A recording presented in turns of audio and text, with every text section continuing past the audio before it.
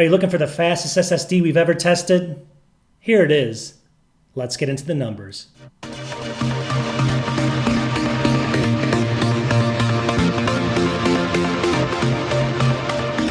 All right, welcome back to the channel. And if you notice my camera's a little bit off today, it's because I'm filming on a crazy camera because my real camera down here, my lens broke. My camera fell over, so I apologize about that, but I'll have a new one in about a week. Anyways, we're here to talk about this hard drive. This is actually, let me just make sure I say it right. It's the SK Hynix, Hynix Platinum Series P41 SSD. This is a PCIe NVMe M.2, mouthful. It's a Gen 4. That's what makes it so fast. I'll get into that in a second. So here it is. I'll show you some close-ups and stuff of this as I'm talking. This is the 2 terabyte model, and it is incredibly fast and very exciting. So without getting into too much, doing a video on an SSD drive is very difficult because of the fact that it's just an SSD drive. This is an M.2, whatever. You see it, you can say 2 seconds about it. But in this one, since it is the fastest, I'm going to spend a little bit more time on it. It's actually worth it. Just to show you the real world numbers on this, you're going to be shocked, actually. And we're going to put this against the Samsung 980 Pro and show you that this actually beats it. All right, really quickly, PCIe Gen 4 is what you need to connect this to. So you need a different motherboard, which I'll get into in a second. If you put, this is backwards compatible. If you have a Gen 3 motherboard, this can go in, but it can only get then about 3,500 reads and about 3,000 writes. So that's if you install it in the wrong, if it's not Gen 4, if it's only Gen 3, you can install this, that's what you're gonna get. So if you get that number, that's probably the reason for it. But, this is something that's, obviously there's not too many motherboards. We'll get into what that is. But if you do that, you're going to get much, much faster. And we'll talk about that here. All right, so exactly how fast? Well, what it says on paper, and we're going to say, is it even faster? It says it gets up to 7,000 megabytes per second on the reads and 6,500 on the writes. 6,500 on the writes. So that's what it's saying. Is it living up to it or not? So without further ado, let's just go really quickly through what this is. Again, this is the Platinum series. There's a Gold series as well. You want the Platinum. This is the Gen 4 model, and it's called the SK Hynix Platinum. It's the P41. I have the 2 terabyte model. It comes both in a 1 terabyte and a 500 gigabyte. They're comparable in speed. This is probably going to be a little bit faster and have a little bit longer, longevity of it. Let me just see here. It says that it has 1,200 terabytes of, you're able to write 1,200 terabytes on this before it actually can fail. So it's got, write to disk. It's basically very high here on something that's 2 terabytes. So that's very good. Comes with a 5-year manufacturer warranty as well, which is incredible for what you're getting here. And then comes with some cloning software. And then let me just see what else it says. It does say that it has SK Hynix Aries controller built into it with LPDDR4 DRAM on it, so for all it's worth. But that doesn't really matter. So we want to do some real world tests here just to see how fast this thing is. Is it really as fast as people say? Is it the fastest out there? Well, we did some tests. Now, the motherboard that we used was an AMD X570. It's running a Ryzen chip. So I'll get into why on a Mac channel, why I'm talking about PCs here. And because I'm going to try this on a PC, but a different way. This PC over here, which is a Mac, can't run Gen 4 right now, but it can do something else. So I'll show you that in a second. Anyways, so what do we get running this? Well, I took some tests that I did. I took some other users' tests, but the real world tests that are coming back, 7392 on the reads, and then 6845 on the writes. Another test came back at 7371, 71 on the reads, and then 6,728 megabytes per second on the writes.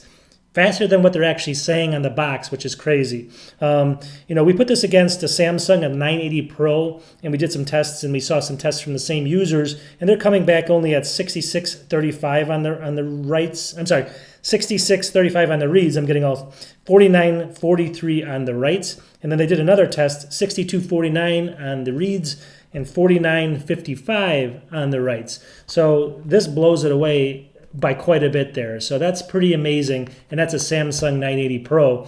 And this is, again, SK Hynix, and it's just pretty incredible what you're getting. But stay tuned. I'm going to show you why I use this on a Mac as well.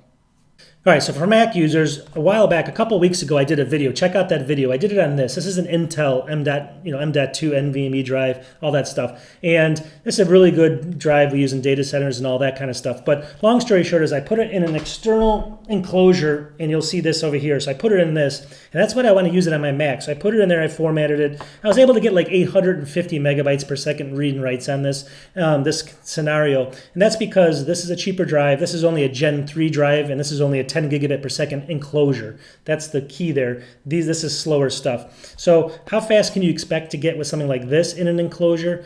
You need to buy the right enclosure. And I'm going to pull that up over here on my computer. I'll show everybody here.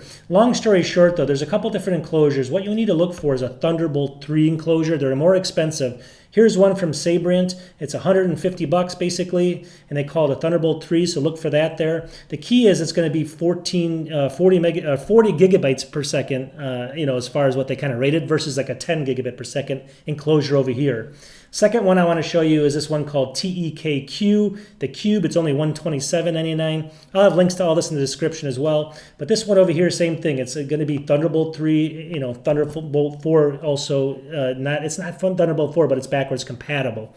But it does have that 40 gigabits per second, read-write speed. And then finally, there's another one. This is probably the more common one over here. This is going to be one by ACASIS. I don't know how to say that. I won't attempt to. $139 there. You can see it here. And this one over here, let me just see here, gives you what sizes it fits and all that stuff. But long story short, you're paying for those things because they're obviously doing a lot more than just a 10 gigabit per second enclosure here. But when you pair it with something like this, you can expect, now you're not going to get the same speed. You're going through an enclosure, you're going externally, you're going through a Gen 3 Mac, but you can expect speeds around 2,500 megabytes per second reads. And same thing with writes. So in that 2,500, we did a test, and actually there's a test that someone else did. It was 2,558 on the reads and 2,604, I believe, on the writes. Pretty amazing. Let me see if that's correct. That's what they actually came back with. And it says it can even go up higher. Sometimes some people are seeing up to 2,900 on the reads, 2,900 megabytes per second. Again, you need this kind of Gen 4 drive, you need the 40 gigabit enclosure, and then you might get that. It's kind of, you're not going to get the 7,000 if you connect it directly into a motherboard. That's the main thing, but you're still going to get the fastest external storage you probably can get. You're going to pay for it. This thing costs $259. $259. I have a link to it in the description, but you're going to be the fastest versus then you got to add another 100 and something bucks here, so you're probably around 400 for that external space. All right, let's wrap this up. So again, who is this for? If you want to be the fastest of all your friends, this is the one for you. You want to show off, this is the one for you. If you need 7,000 or 7,300 reads and close to 7,000 writes, this is for you. If you want external storage and you want to spend the money, you have a lot of money, and you want to get another $150 enclosure, get the almost 3,000, 2,900 read and writes on an external enclosure on a Mac even, this is what's for you. So check it out. You need to cool it really well. It's going to have a lot of power behind it, but you need to cool these things pretty good. Again, it's the Platinum Series P41 by SK Hynix. I'll have links to all of it in the description. Check it out, and hopefully you can subscribe. Mouthful. And then finally, don't kill me up about my, my terrible video here, because my camera did break, and I am getting a new Sony, I think. I just didn't want to buy it so quickly. I want to think about it, but I'll have a new camera next time. We'll talk to you soon, or the time after. Peace.